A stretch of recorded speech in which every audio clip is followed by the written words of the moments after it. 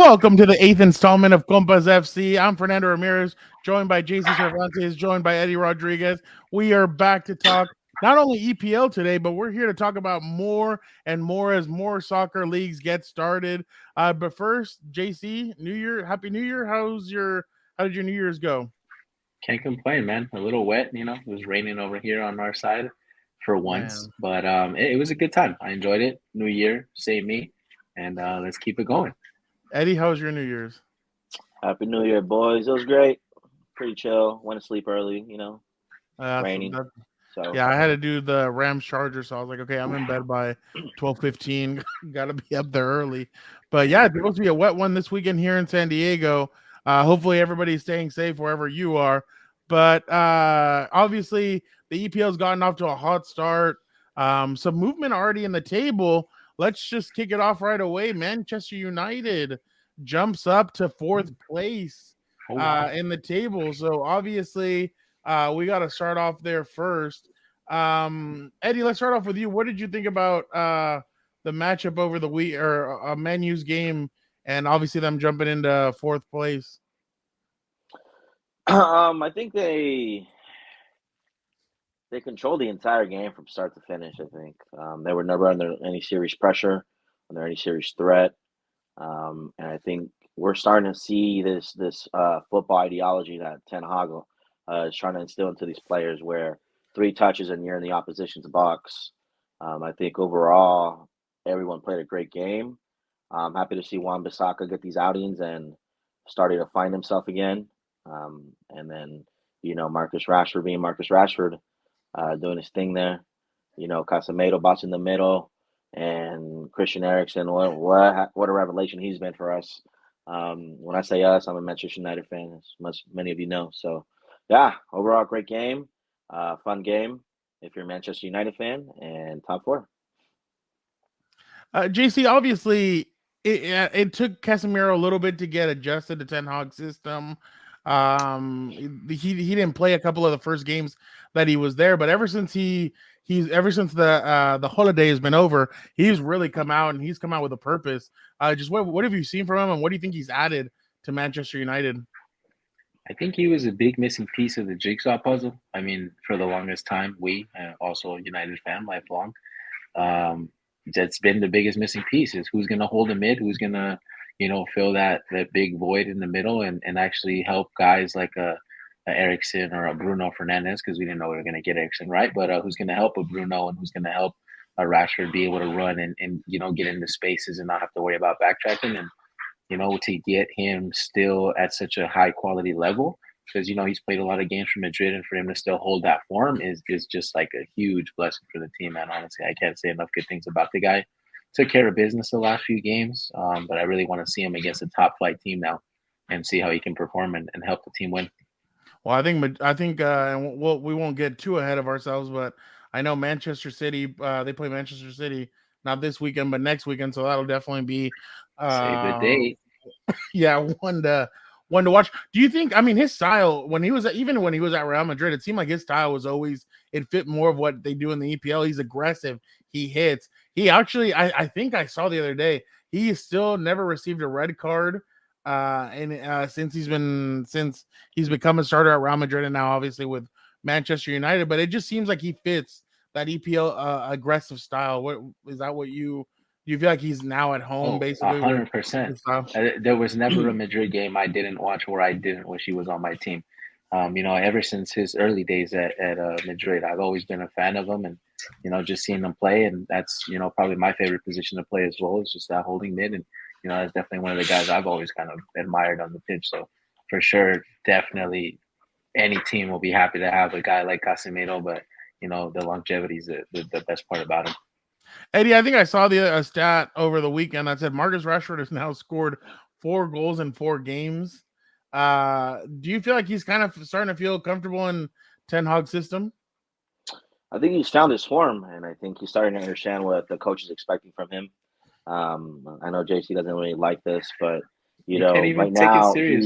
he Mourinho. is the key man, the key player for Manchester United. He's the one scoring in the goals.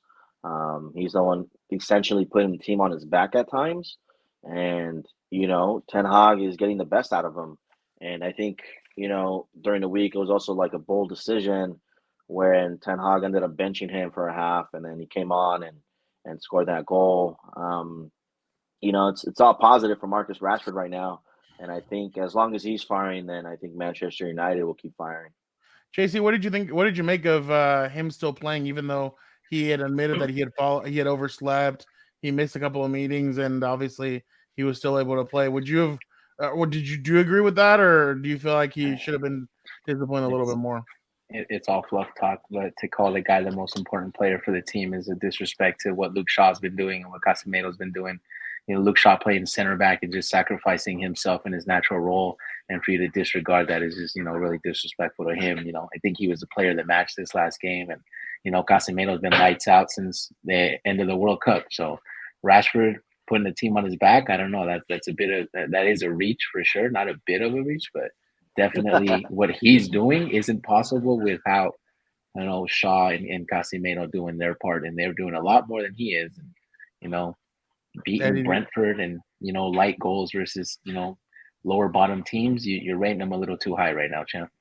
Eddie, do you want to respond to that? I think it's just hilarious that we're talking about Manchester United being in the top 4 and 1 point behind Manchester City, and if they were to beat them in 2 weeks' time, then we're talking about maybe they're serious contenders for the title, and this wouldn't be possible without Marcus Rashford.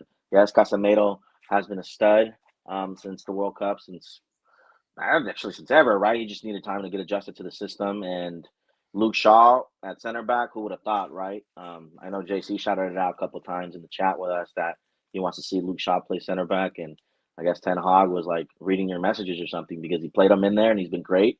I don't understand what's going to happen moving forward if Ten Hag is trying to bring back Harry Maguire into the mix. I hope not. I think we let the boys ride the way they've been playing. But if you're a Manchester United fan, you're definitely excited. And on top of that, they're in the market for a striker, and we still have Jadon Sancho waiting to come on. So there's a lot to look forward to. The only unfortunate thing you could say is we're sorry that Donny van de Beek went down, which looks like a serious injury. We were thinking he's going to have a more prominent role this season, and it was starting to look like he was getting the game time. And as players were adjusting the Ten Hag system, they were playing to his style of play. So it's unfortunate. Shout out Donny. Best wishes. But yeah. JC, what does it mean to have Sancho back? That's just going to be another, player for teams to take into consideration. Just again, Casemiro and how the back line has finally been solid, and you can't play offensive football without having, a good back four or a good back line, that is, and a very strong holder. So now that we have that and we're getting to play what I call these tune-up games for a bigger real opponent like a Man City or a top flight team, these are just handling business. I'm not too hyped up about them as some other people in the group chat are, but it is what it is. I guess you could take what you get when you don't get much production from a player and you're just holding your breath for him to do something. But the real tests are coming, and that's really what I'm looking forward to when I'm going to grade the team on. These games are great, but Sancho, I can't wait to see him, because to him, even if you just look at this lineup here, if you put Sancho where Van de Beek is, there's no telling what he could do. But for me, I'd play him up top instead of Tony, just because he play with both feet, jumps it off, very, very technical. He knows when to shoot, knows when to hold it, and he's going to fit a Ten Hag system just fine. It sucks to see Donny go, but I'm excited for Sancho to get fit, and I want to see him play with this back line and with that strong defense we finally have going. Friday, Eddie, I think it's Friday. They play Everton for the FA. Is it the FA Cup? I think it's Menu? the Carabao Cup. I believe it's the Carabao Cup. Carabao Cup, yes. Yeah. What do you make of that game? Do you think that should be an easy game for them? No, it's the FA Cup third round. It is the FA Cup. They're playing Everton. It's one of those cups. But nonetheless, I think it's going to be an easy game overall. I think if you look at Everton and their form right now, they have that one little. We're going to talk about it, right? That little, you call it an upset, quote unquote, against Manchester City where they forced them to drop points. But overall, they've been losing almost every single game. I think Frank Lampard's on the hot chair, and his only chance really at keeping his job is maybe going deep into one of these cups and making a run. But I don't see that as being likely. I do see Frank Lampard losing his job very soon, and I think Everton need to make a change sooner rather than later. Otherwise, they're going to be facing relegation like they were facing last season. So yeah, I think if you're a Manchester United fan, if you're Manchester United, I think you go into this game, and I think you're able to rotate your squad. JC, this Friday, 5 out of 5. Rashford scores another goal and makes it 5 in the last 5 games. We'll see. We'll see. I don't know. I'll never overlook Everton. They're going to come in and come out guns blazing. Now you're an Everton fan. Okay. I'm not disregarding the opposition here. Anything can happen in a 90-minute game. You've seen what happened to Liverpool, and you've seen what's been happening as of late, and anything can happen in a 90-minute game. So, you're a madman. It's an elimination game, and it's really all they have. What are they? They're not going to go and win the Premier League, so they have to go all out, guns blazing in the FA, and they have to go and start their best squad, and they're going to put out their best foot forward. And it's not just going to be some walk in the park. I really think Everton, this is all they have, and this is make or break for them. Like you said, Lampard's job's on the line. He's not going to go in there and just lay down and let United run over him. So I think Rashford's really going to have to step up. If he's finally going to step up, this is going to be one of those games where you're going to see him finally do something for the team in a pivotal moment.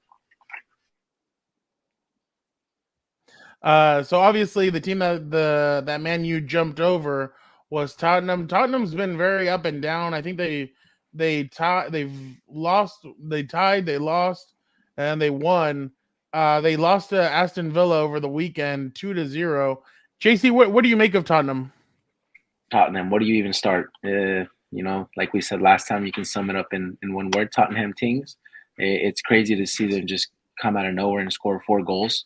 It wasn't really something I was expecting or anticipating. I think I was more excited to watch the Aston Villa game than I was to watch this one, when it came to see what games were being played. But, Harry Kane out of nowhere, just netting 2 goals. And that was a sight to see. And just overall his finishing. But the player that really stood out here, we saw part of the game with Bryan Gil. That guy just, he runs. He doesn't stop moving. He's always putting himself in a position to distribute and just give his striker, in this case Harry Kane, and he's linking up pretty okay with Heung-min, and excited to see him. Hopefully they can keep the form. I like Conte myself personally, and I wish him the best, but Tottenham, that's a big mountain to climb. And a lot of Tottenham things happen, and like they said, the history of Tottenham. Eddie, why are they such a roller coaster team? I think Conte hinted at it at one of his pressers where he's right in saying that Tottenham doesn't have a culture of winning. They don't have this past glorious history that most other clubs do, right? Especially if you're hiring a coach of the caliber of Antonio Conte, where he's been a serial winner everywhere he's gone. So, I think for the most part, it's just they're inconsistent. Again, they gave you a performance like this where they score 4 goals, but then they'll go next week and give you a performance where they're struggling to score a goal. You have Hugo Lloris, who played a pretty fair game today, but then you have Hugo Lloris show up another game and give up 2 goals because of an error. I think, J.C. mentioned that Bryan Gil is a pretty good player to look out for if you're a Tottenham fan.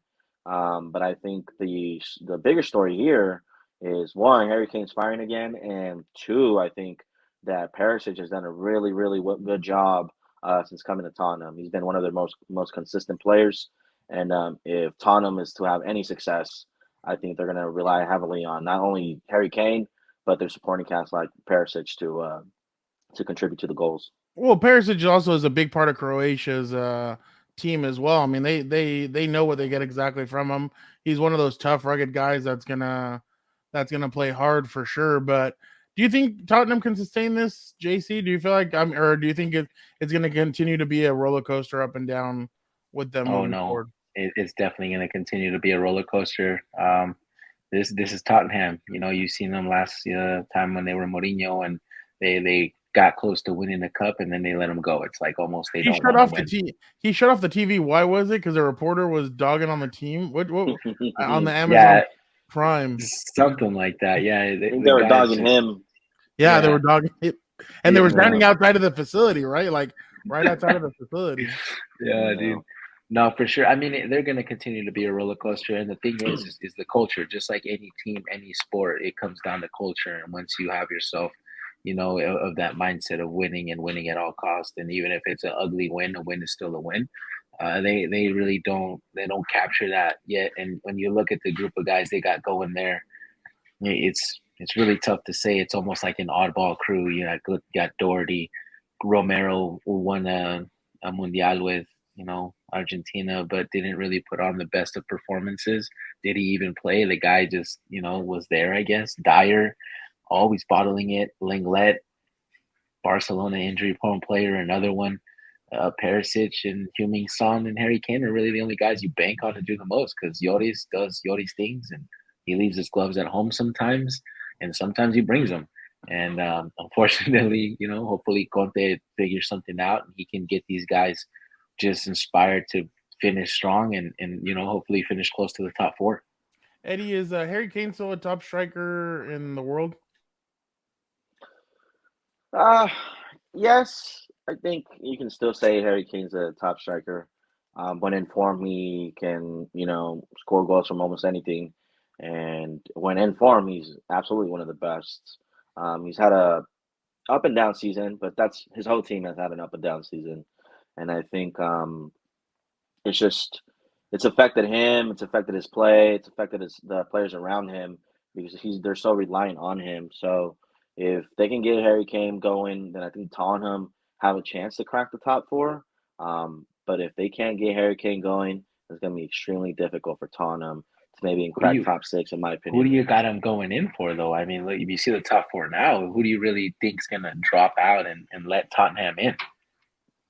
I think they might if they're able to get form and find form. I think they might be able to duke it out with someone like a Manchester United. I don't see necessarily Manchester City or Arsenal dropping lower than the bottom two or not the bottom two, Wow, but the that's one or surprising two to hear. places.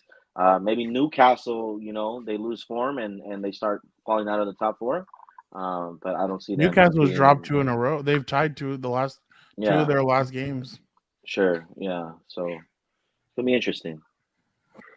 JC, before we move on to the next one, does Conte make it past the whole year, or does he make it I past the I, rest of the year? I hope so because it's really he's got probably one of the most difficult jobs right now, aside from the usual hot seats of a Madrid and a Barcelona, to turn this group around and to give them that winning culture and to inspire them. We said it last week. He needs some help, We need some and help. he's really just grasping at straws. Brian Hill came out of nowhere. You got guys coming back from injuries, and hopefully Heung-min can hold up because he's looking tired out there. He's been playing a lot of games in a short span, but it's going to be a huge team effort. Hopefully, the team responds to him well and doesn't quit on him. That's going to be my number one thing. But I wish the guy the best. Been a fan always, and let's go Conte. So obviously, the big news on Monday was, I think it was Monday, Liverpool lose to Brentford 3-1. Eddie, what's going on with Liverpool? A lot of things are going on, right? Their midfield looks pretty Sus. atrocious at the moment, right? Looks like they need some youth in there. Darwin Núñez has been consistently bad up top, where he's fumbling easy opportunities. What He's is not it? even Yeah, hitting the he's goal. 15 out of Um, 18, something like that. 15 Like, out of 19 chances he's missed them. And if you're a striker, right, that's a horrible conversion rate. Mohamed Salah does not look like the same player he was maybe 2 years ago. They're missing Luis Diaz for sure. I think he's been one of their best players since arriving from Porto. Uh, the defense has looked sus at best. It looks like Klopp is having trouble deciding who to play at left back, whether Andy Robertson or I cannot pronounce the Greek boy's name, or playing that guy. So yeah, there's a lot of things going on with Liverpool, Constantinos. and it looks like they do need to reinforce the squad. They do need to find a couple midfield players, and I still think they need to find a winger to try to alleviate some of the pressure that maybe a Darwin Núñez or a Mohamed Salah are facing at the moment. Is Gakpo already in there or no? I think they haven't integrated Gakpo into the squad. But I still feel you still need one more winger. Again, the Klopp style of play is really demanding on players. So the more you can rotate them, the better. Obviously, like I said, they're still waiting on Luis Diaz. But yeah, what do you have to do to get Darwin Núñez firing and Liverpool playing like Liverpool and that that rock and roll football that Klopp is known for? Because right now we're not seeing any of it. JC? Starts with the midfield. I think you hit it right on the button with that one. It's Fabinho, Thiago, Harvey. Between the three, the only one that's really running box to box is Harvey, and they can keep up with that demand. Fabinho and Thiago can't keep up with it, and you see the performances here, But I guess he's almost loyal to a fault to his play style. He refuses to adjust, and he's forcing a lot of guys to come in and play his way. Oxlade-Chamberlain on the left wing again. Like we've seen before, it doesn't really give him much of a result. He bagged a goal, but it's not quality. 3-1, you're losing, and the time you score, you almost got one back. Núñez offsides a bunch of times. Good for him for sticking with the kid and giving him that confidence. And he even rates him and compares him to a what is it name from Borussia Dortmund? Why am I brain farting right now? Luka, was it? Shoot. Lewandowski. I had a brain fart, sorry, but Lewandowski, he's comparing him to him when Lewandowski couldn't score a goal to save his life in practice. And, he's just trying to give the kid confidence. And he got a goal and he got a few, but he got pulled back because of the offsides. But it's that midfield for me. And they're probably going to go out and shell out a lot of money for, maybe an Enzo or somebody in the midfield to try to revitalize that. But the injuries are definitely hurting him up top. And Salah's maybe coming down from his peak. Was it Salah? Was it Mane? I don't know. Are they missing Mane right now? Will Gakpo be their savior? It's tough to tell. And the way Konate just got pushed off the ball, we're talking a lot of Liverpool here, but, Brentford did a lot of great things on their side of the ball, took advantage of a lot of opportunities they had, and they just wanted it more at the end of the day. It's a tough place to go out and win to, apparently. And, Wisa was just tearing them up. That guy got how many goals pulled back on him? I think 2 or 3. Like 2 or 3, yeah. And they were quality goals for the most part, from a positioning standpoint. From a positioning standpoint, to be clear. But Brentford really took it to them, and the stronger team, the team that wanted it more, won. Yeah, no, 100%. Virgil van Dijk obviously comes out with an injury to the hamstring. They're calling it worse than what they thought it was going to be. They're saying he might not make it to the game against Real Madrid in Champions League. And that is in February 21st. They play the first leg, Liverpool and Real Madrid. So they're saying that he might not, that he's going to try and fight to be fit for that game, but that they don't know if he's going to be fit or not for that game. So that'll definitely be interesting to see if he's fit for that. But obviously, Brentford would just Eddie, what did you think they did right? I think they're brave with their football, right? I think all credit to Thomas Frank. I think we've been seeing him now in the Premier League for a couple seasons now, and we're thinking that they're brave, they're explosive, they're positive with their football, and they're not afraid to take it to you.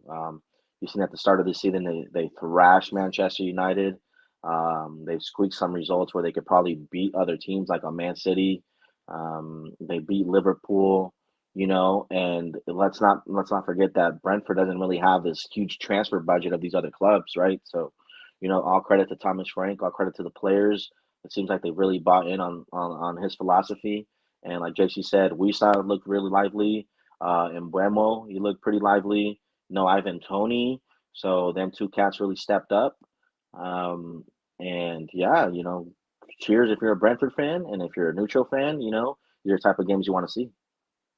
Let's move on now to Arsenal. Arsenal, surprisingly, they end up tying against Newcastle 0-0. Eddie, is Arsenal legit? You have to call them legit. Even though their win streak came to an end, they didn't lose or anything, but their win streak came to an end. And so did Newcastle. They're legit. So the biggest test is going to be whether or not Mikel Arteta can continue to get the best out of these players. Let's not forget this is a very young core of players. Um, and he's been doing it with Gabriel Jesus, their main guy. We went down. He might not be back until like 3 months from now. So can Nketiah lead the line for Arsenal? I think that's the biggest question, right? Or will Mikel Arteta try to get a striker in this January window? It looks so far right now that the kid might be up to the task. Arsenal product. I know if you're an Arsenal fan, you would love to see that. Him and Saka being from the Arsenal Academy, you want to see these type of players get into the first team and play a big role. Right now, I think Arsenal are 14 wins, 2 draws, and 1 loss. So you have to tell them that they're legit. I think they're legit title contenders. I think right now it's their title to lose, in fact. So if they can keep going and keep getting results, there's going to be a lot to cheer about at the Emirates. JC, do you think they're legit? Yeah, honestly, you can't really dismiss them. You can't. It's not an Arsenal of old. They were definitely overdue for, a quality start to a league, and for them to really hold it out. When you look at the team, and you look at the guys that are doing a lot of the work, you're looking at an Odegaard, Saka, Martinelli showed up pretty okay the last few games, but you don't really see any superstars on the team. So credit to Arteta where it's due for creating a system where the team is going to play a specific way and they're going to stay loyal to it to a fault. And he's an Arsenal guy through and through. Don't forget, the guy bleeds Arsenal and he loves his Gunners to death, and it shows in the way the team is showing up for him, and the spirit is there, and the culture is definitely sparked again to win. I'm not saying he's the second coming Arsene Wenger just yet, but if he wins this, if he can close this out with the group of guys he has right now, I mean, just look at the back line: Ben White, Gabriel Magales, Saliba, and Zinchenko. I mean, you compare that to a lot of other teams back four, and the way they're winning. Odegaard just running wild at the offensive position, and Saka up top. Yeah, I hope he gets another striker just to, for the neutral standpoint to see more quality games, because there's a lot of games to play in such a short span of time. But can't dismiss him. It's not the Arsenal mold anymore, thankfully, and the more competition, the better. So obviously, let's move on real quick. Just to touch on Man City real quick. Do you feel like they can catch Arsenal right now? They are 8 points behind Arsenal in second place. Newcastle's right behind them at 35. Manchester United's right behind them. They're tied with Newcastle at 35 apiece. So they're only 1 point behind Manchester United. And again, Manchester City, and like we said, Manchester City play Manchester United in not this weekend, but next weekend. So that'll be an interesting game. But JC, do you feel like Man City could catch Arsenal? I think they could, but it's really Arsenal's. It's on Arsenal. If they can keep up their form and they can hold out and get those results in those big games, and Newcastle's going to come and play a tough physical game, and any of the teams in the top 7 or top 6 there, no, I guess top 7, Fulham and get lucky here and there, right? Make an ugly game and turn a result, but any of those top 6 games, that's going to be the games that they really need to get the most points possible from, and just rotate out and do what they do. But I don't know, Man City. I think Pep, he has this history of a couple years winning and all this fluff and that. But as soon as another team comes in with a quality game plan, he really starts struggling and he loses it just trying to be cute with the lineups and play this player like this and this player over there. You've seen them in how many finals now try to pull a rabbit out of the hat and try to pull a surprise, and it backfires on them. And I think for hanging out and sending Zinchenko over to Arsenal is his biggest Achilles heel, and rumor has it he's asking for him back. So it's fun to see finally somebody different at the top. Eddie, what do you think? Do you think Man City can catch Arsenal? Yeah, absolutely. I mean, they've shown in the past where they were able to climb a huge deficit with so little games to go and end up winning the Premier League by 1 point, I think. And that's the magic of the Premier League. A lot of things can happen. Arsenal can go on a run of winless games. And all of a sudden, Man City's winning every single game. They cut the lead. That pressure starts building on a young Arsenal team. Can they maintain can they find the form again, being such a young core of players that have not been there and done that besides Zinchenko? Can they do it? That's the biggest question, right? But don't discount other teams like Manchester United who are finally finding form. Can they be the dark horse of this race? And can they put pressure on both Man City and Arsenal? And that's just the Premier League, and that's why it's the best league in the world. And if you're a neutral fan, you're savoring the chance of this chaos happening. And I would bank on it that this will start happening once we get closer to Champions League football, as some of these teams have to expand their teams. And anything can happen. Real quick, Chelsea, Man City, Thursday. Eddie, who wins? Ah, man, that's tough. Chelsea hasn't really been playing well. I'm gonna go ahead and say that Manchester City dropped points again to Chelsea. I think they tied the game. JC? Big test for Potter. Hopefully he lives up to it. I think they're playing at Stamford, right? So he's got to show up. I really hope to see Kai Havertz just kind of go crazy. And let's not, nothing against Pulisic, but let's shy away a little bit and let's play on the other side of the other pitch, and let's try to get some goals. I hope Chelsea can get it, but it'll be a tough game. I think a draw, possibly. Both teams, it's not gonna be a pretty match. I feel. I'm thinking a draw. No, there you go. Let's head over now to some transfer talk. Chelsea continues to try and get Enzo Fernandez. I think they've offered Fabrizio said that they offered 85 million pounds, and that obviously Benfica want them to pay the release clause. JC, do you think this gets done? Highway robbery, man. Benfica is really, really, really trying to do him again. They got Nunez to go for a record fee. Now they want Enzo to break that record fee. I mean, if nothing against them, but I'm just not 100% sold on a transfer fee, and it's more just a protective buyout clause. There'll be another Enzo Fernandez in a couple of years, to be honest with you, or within a couple of seasons or two. I hope Chelsea can close them, but with a reasonable fee. If not, don't be surprised if you see him go over to Liverpool. You see how bad that midfield is, and they're dying to get a midfielder like this that can just run and kind of spark a team. I don't know. I don't think Chelsea really absolutely need him. So spending 130 mil, excessive. I hope the transfer gets realistic, but whichever way he goes. Eddie, what do you think? It's unfortunate. I think every Premier League club gets taxed like this, right? And I don't think, in my opinion, that he's worth that price tag. I think he's a very good player, but to break a transfer fee in that manner, I don't think he's worth that much. I think he can definitely go into the market and find more quality players, or maybe at a lesser price. Will he go to Chelsea? I don't think so. I don't think the new ownership is ready to shell out that type of money. Let's not forget that Roman Abramovich is no longer the owner of Chelsea, so it's not like they're keen on spending this type of money every single time, every single transfer window. Like JC pointed out, Liverpool are pretty desperate to add some firepower to the midfield, and they're not afraid to shell out, a couple hundred mil to get the players. Where would he go? Will he go to Chelsea? No. Will he go to Liverpool? I don't think so either. I think he stays put in Benfica, and we'll see next summer what ends up happening with Enzo.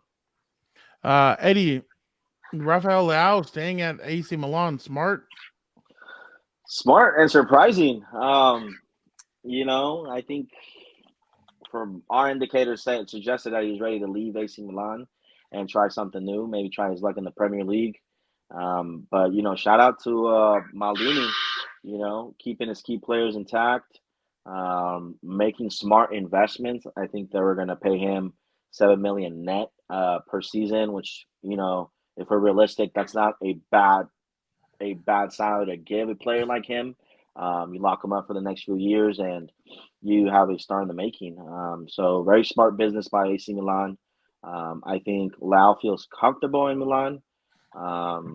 and hopefully we continue to see the best of him while playing there in Italy. JC, I know you're a big Leao fan. What did you think the kid has a lot of promise? I do. I think. Well, I think all of us think that this kid might be the next big thing for Portugal. Why was it smart for him to stay at AC Milan? I think it was more or less playtime. He wants to be that guy. He wants to be the focal point, and he's shown up well for, AC Milan right now. And for me, it's like, why leave?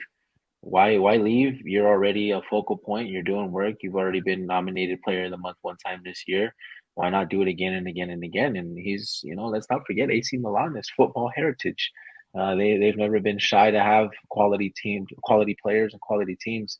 Dating back to 2000s, where the last time they were really popular and doing a lot of work. But when you look at the players on those sides, they signed a David Beckham. They had a Ronaldinho. They had a Kaká. They had Pirlo, they've had Shevchenko's. Why not make Leao the next elf? Maldini. The list goes on and on and on. And Dida, you can name at least one or two players in every position of that team that have had historic, been Hall of Fame footballers to an extent. Why not make Leao the next one and almost a homegrown talent, and develop them through their ranks and give them and give him that pedestal he wants to go for. I like that. Moving along, Eric Ten Hag says he wants a new striker. JC, who's their best fit? I'm with him. He's given Martial a lot of chances. And, if Rashford can score versus Brentford, come on, my man. And not Brentford, sorry. Who did we play? Bournemouth. Bournemouth and, all these other guys. And if Rashford's showing up and Tony can't, it's definitely time to move the needle and spark that fire under him. Because remember, when Cavani came in to the team, he was real frustrated and he was all this and that and up in arms, about somebody taking his striker spot. And where's that guy? He's very comfortable. He doesn't think anybody's going to take his spot. I agree. I want a big body striker up there to hold it, play the post, and every team has one these days just to switch it up a little, and he gives you a different avenue. Oh, them. No, he's happy. He's happy where he is, and the transfer clause. That guy's like gonna go down as one of the most expensive players ever, just based on all the transfers that he's gone. But they're gonna want the world for him again. But no, I mean, jokingly, Weghorst. It'd be cool to see him around. I threw that name out there at Eddie not that long ago. Big body striker, box to box, runs all game, and he's got really good instincts. And you've seen the quality goal he scored in the World Cup. I mean, out of nowhere, just on a set piece, laid it off to him, didn't think about it. Just a clinical striker. That's the kind of guy you need in the box to open up spaces for everybody else. So who would be my ideal? I think we were linked with Tony Abram, right? So it looks like he's leaning to some type of bigger 6 foot plus player that's going to be up there to, play some crosses into, and the Dutch are known for it. What's his name? De Jong was out there at PSV doing work. So something like that, I'm thinking. Eddie, what do you think? Who should be the next striker for Manchester United? Yeah, I think J.C. mentioned it. I wouldn't necessarily pick Weghorst. We've seen him for Burnley. He didn't really do much. Yeah, he had a great World Cup, but I don't think that's an option really if you're being realistic. Maybe someone like a Tammy Abraham. I don't know if Jose Mourinho's keen on letting him go, but that would be a great fit. I also think Ivan Toney might be ready to make that next step and possibly leave a Brentford and join Manchester United. Unfortunately, he's injured right now, but when healthy, he's one of the best strikers in the league. Would they consider throwing Rashford maybe at striker? They tried. We've seen it already a couple games. And I think Rashford, he can't play the striker role, but I think his best position is coming in from the left. As much as JC wants to act blind about it, but yeah. I also saw the name Memphis Depay being thrown in there of coming back to Manchester United. On a free. That would make a lot of sense. But yeah, definitely Manchester United need a striker. They need a number 9. And I would go for someone like an Ivan Toney, a Tammy Abraham, if they're available. Maybe Memphis Depay could help you guys with Efecto Xavi. He could teach you guys about that. Yeah, I'm cool. This one comes from, a big fan of Compas FC is Dan. Obviously, he's a big fan. He sent me this one. He's like, hey, have the guys talk about this. And it is David De Gea comes out and says that he is relaxed for sure. It's going to end in a good way when talking about a new contract with Man U. I hope to finish my career at Man U. I was saying this is my club. It is a huge honor to be here, and I'm so happy to be here. So, and he wanted me to start off with J.C. first. So, J.C., what do you think about? Because I know that there's been rumors that Ten Hag has been looking for a goalie, but what do you think about the contract extension for David De Gea? Well, I mean, it's easy to say these things when nobody wants you. First and foremost, we've seen nobody going after De Gea, and there's a reason for it. He hasn't been tested these last 5 games, right? What was his biggest test? Just a long shot that was at his hands, and like Kino says, You're so disrespectful. He's doing his job. He's doing his job. He's doing his job. You're so disrespectful to David De Gea. Just Kino said it best. The guy wanted to leave the team for Atletico de Madrid or just anybody in Spain not that long ago, and now you're putting him as a savior saint. Like, come on now. Like, no, he's cost us too many points. The fax machine didn't work. Yeah. Like, come on, 1,000,001 reasons why not. Go? Okay, yeah, sure. He should have been gone. And it's easy to say those things when nobody wants you. Will he resign? Probably. He's gonna get, his job taken in no time. Ten Hag's on it. He knows he can't be trusted. So it's only a matter of time before he gets replaced. Eddie, what do you agree with JC or no? He's super disrespectful. I think there has been a great servant to the club. Great. I think he's been. You keep lowering the bar. He's already made top 10 appearances for the club. Oh God. He's remained loyal to the club. Even though he has no choice. Nobody wants him. The fax machine fiasco. When called like 10 upon, years ago, he's been great, and I think maybe we judge him off of one bad season that he had. One bad season out of 10 seasons. To me, that's crazy. Looks like he found his form again. Looks like the David of old. That David De Gea. There's no such thing. The Premier League Team of the Year. Based on what? One time he did this. Look at this. There's a reason he's been the Player of the Year 4 times in a row at Manchester United. You don't just win that by coincidence. I'm extremely happy to see that David De Gea is gonna re-sign with Manchester United. I think that's an extremely important piece that Ten Hag has found out that he's going to need him moving forward. He doesn't fit the system. Cheers to him. Cheers to Manchester United. And I know a lot of us are pretty happy to see a lot of us. Where are they? Raise your hand, please. Do you feel like Man U needs a new goalie? Eddie? No, I don't think they need a new goalie. Yeah. I think they need a new number 2. I think Newcastle called back Jubraka, so I think they're going to go for something like a Jack Butlin if available. What happened to Dean Henderson? He's not making it there at Nottingham Forest, unfortunately. We do need another number 2 goalie. I don't necessarily think that we need a number 1. I think the number 1 position has been secured for a very long time. He doesn't fit the system. And even though there was a lot of scrutiny come when Ten Hag signed for Manchester United, saying that David De Gea doesn't play with his feet, this and that. He doesn't. Ultimately, you're a goalkeeper, and your job is to stop goals from coming in. He doesn't do it. Just like a striker, their job is not to play defense. Their job is to score goals. So again, I'm extremely happy. I know JC is in the 1 percentile of people that are not happy that he's going to resign. I think Roy Keane said it best, right? When David De Gea was going through a bad time, he said, I wouldn't even let him on the bus. And then he changed his tone maybe a couple months later. He's like, you know what? David redeemed himself. Show the receipts. He's showing form. I'll send the receipts later. He's showing form. He's looking like his own self. And, he's looking at Manchester United's number 1 again.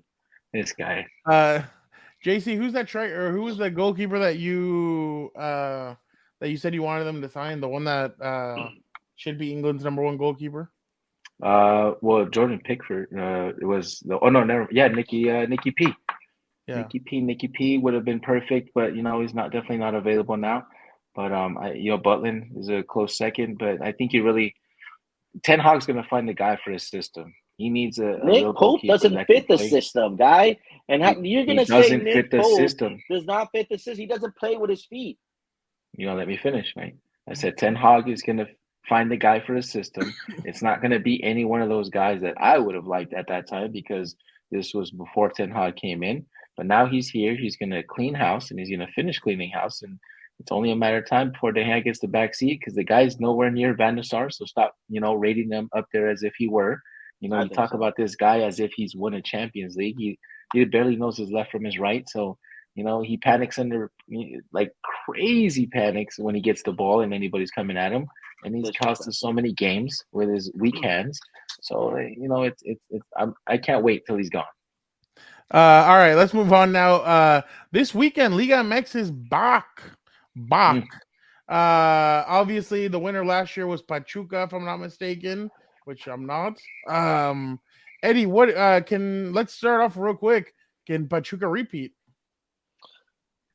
Yeah, I mean, I believe so. I mean, if it's any indication of like how these teams in Liga MX are going to play, and I'm basing this off of what we just seen right now with the Copa Sky, I think Pachuca are sitting pretty. I think they're definitely in the position to repeat the title.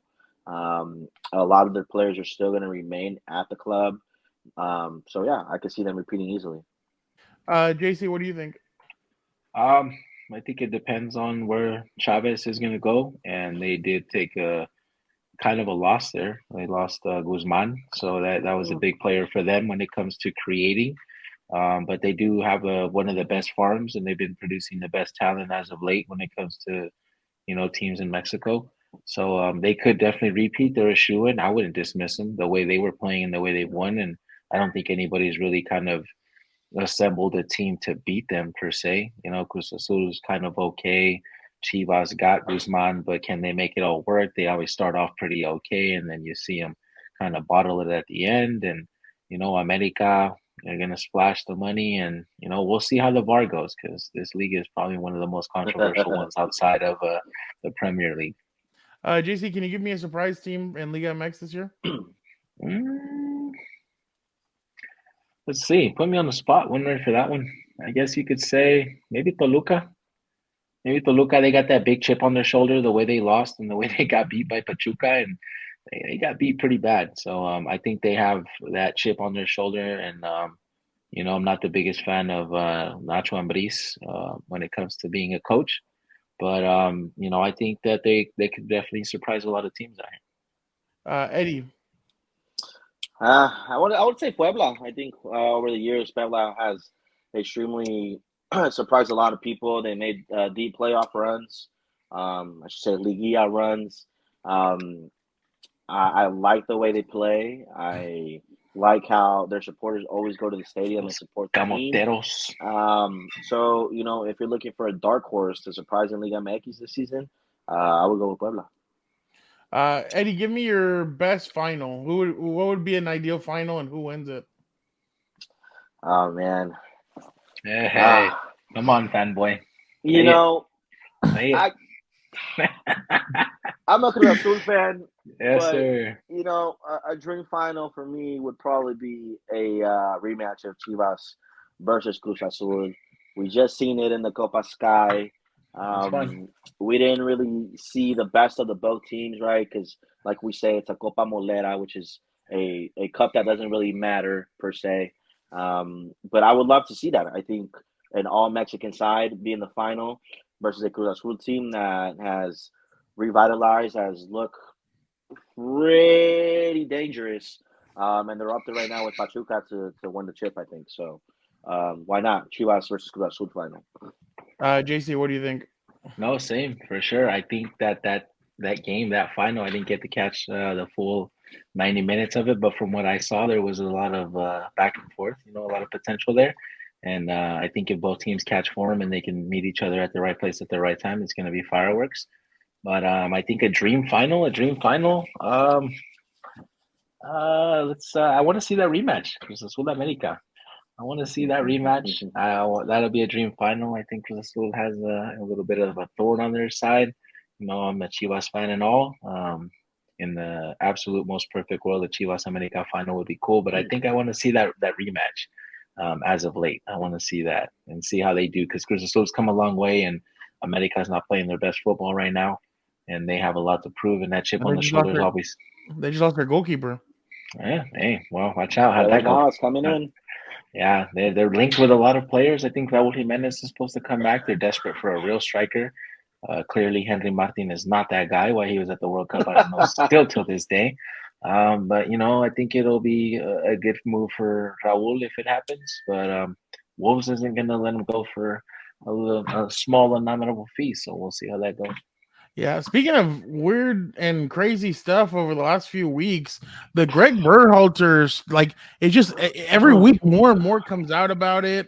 Now they're saying that Gio Reyna's mom was the one that released the information that that Greg Berhalter had kicked his wife, who was in 1991 his girlfriend at the time. He kicked her. They broke up. They got back together 7 months later. Then they ended up getting married, and now they're together. But the Reyna family was not happy at the treatment that their son received. So there's a lot of beef going on now. USA has named an interim manager. It doesn't look like Greg. I'd be surprised if Greg Berhalter comes back after this. But Eddie, what do you make of all this? It just seems like a telenovela. Like, what do you make of all this? Yeah, I think you said it yourself, right? It's a big soap opera, and it all stems from what happened with Greg Berhalter and Gio Reyna at the World Cup. It's And it's crazy unfortunate. because the dad played. They played together. Greg They Berhalter played and together and they were teammates. Claudio Reyna, and they were teammates. I think it's unfortunate that these things are coming to light because they're absolutely not football related, right? And these are type of things that are better handled internally, I would say. And what I mean by that is, if they had such an issue with Greg Berhalter being appointed the manager for the U.S. men's national team, and this is one of their concerns, talk about it in private and bring those concerns out to the U.S. Federation. But don't expose the man and say, "Hey, your incident from 30 years ago. Well, here it is again," and you're almost making yourself seem like the bad person in a way for bringing these things up. Do I condone what Greg Berhalter did? 30? No, absolutely not. You don't do that. That's absolutely wrong in every sense of the word. But I also think that what is your purpose of throwing Greg under the bus at this stage, at this point in stage in time? It makes the Reyna family seem extremely bitter about the situation. And I think it's unfortunate that Gio Reyna is now in the middle of all of this. And that's partly thanks to his family. So, yeah, sad news. I think if you're a U.S. Men's supporter, I think Greg Berhalter did an extremely great job for them at the World Cup. Again, let me reiterate, we do not condone any of that behavior whatsoever. But it's just a soap opera at this point. And, I think U.S. Soccer took the correct decision and possibly releasing Greg Berhalter from his position and moving on from the situation. I think that's what's best for the players. That's what's best for U.S. Soccer, especially that in 4 years' time you're hosting the tournament and you don't want something like this looming over the team's head going into that tournament. I completely agree with you, J.C. Yeah, no, definitely. I think Greg really assuming the responsibility. I think his statement was that, he assumes all responsibility for his actions and he doesn't condone them. And, we agree with that here. But, props to him for raising his hand and not shying away from it and, assuming his fault in it all. But this is just bigger than 90 minutes and bigger than the ball. The Reyna family, where they just trying to strong arm their son into the pitch. And we get it. The guy's a talent. He's going to play, but this isn't how you do it. Don't go and throw and ruin a guy's character and just everything he's done, because, he's done a great job with the team and he really elevated the game and he inspired them to do a lot of things. And, I said to myself, yeah, you should be fired and stuff. But when it comes to what's inside of the white lines and the 90 minutes, nothing to do with his personal life and all that aside, we don't condone it, but you hate to see it. It's bigger than football, and it shouldn't have to come with this. It should be done and handled behind closed doors. If the Reyna family feels so strongly, they know Greg. They have his number. They can hash it out. They can talk it out if they need and want to. But I definitely don't think that it's something they should definitely, should be handling that way. And you hate to see it. You really hate to see it. It should be And you something hope that be it's handled because by they football. yeah, and you hope it's just not because they wanted their kid to play and not because, oh, hey, like I mean, you guys know, like, it's just incredible to me that it's come this far. Why now? Mhm. Why now? Yeah, Right? exactly. Why now? Exactly. Especially because they're married. Exactly. I mean, unless Greg is still physically hurting his wife, then okay, like, come out and say something. But I mean, we don't know. Nobody knows anything except for obviously the Berhalter family. So it's Yeah. unfortunate that all this happened. But obviously moving on, Ronaldo heads to a new team. Obviously, he's headed now to Al. What is Almazar. what? Al-Nassr. Almazar. Al-Nazar. There you go. This is what Ronaldo had to say in his opening press conference with the club. As I told you before, for me, this is a great opportunity not only in football, but also to change the mentality of the new generation. As nobody know, but I can say now I had many opportunities in Europe, many clubs in in um, in Brazil, in Australia, US, even in Portugal, many clubs try to sign me, but I give the word to this club for the opportunity to develop not only the football but the other part of this amazing country.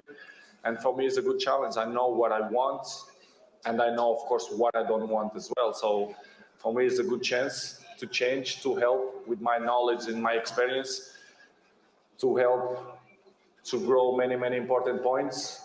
Also, a women's that many people probably they don't know, but Al Nassr they have women's football as well. And I want to give a different vision of the country, of the football, the perspective of everybody. So it kind of sounds like Ronaldo's going in there to be kind of an ambassador to Saudi Arabia in a sense. JC, what did you make of his press conference? Do you believe that a lot of teams in Europe and all this stuff, like, what did you think about all that? Of course. I mean, what club wouldn't want him there from just a marketing standpoint? The guy is guaranteed goal machine.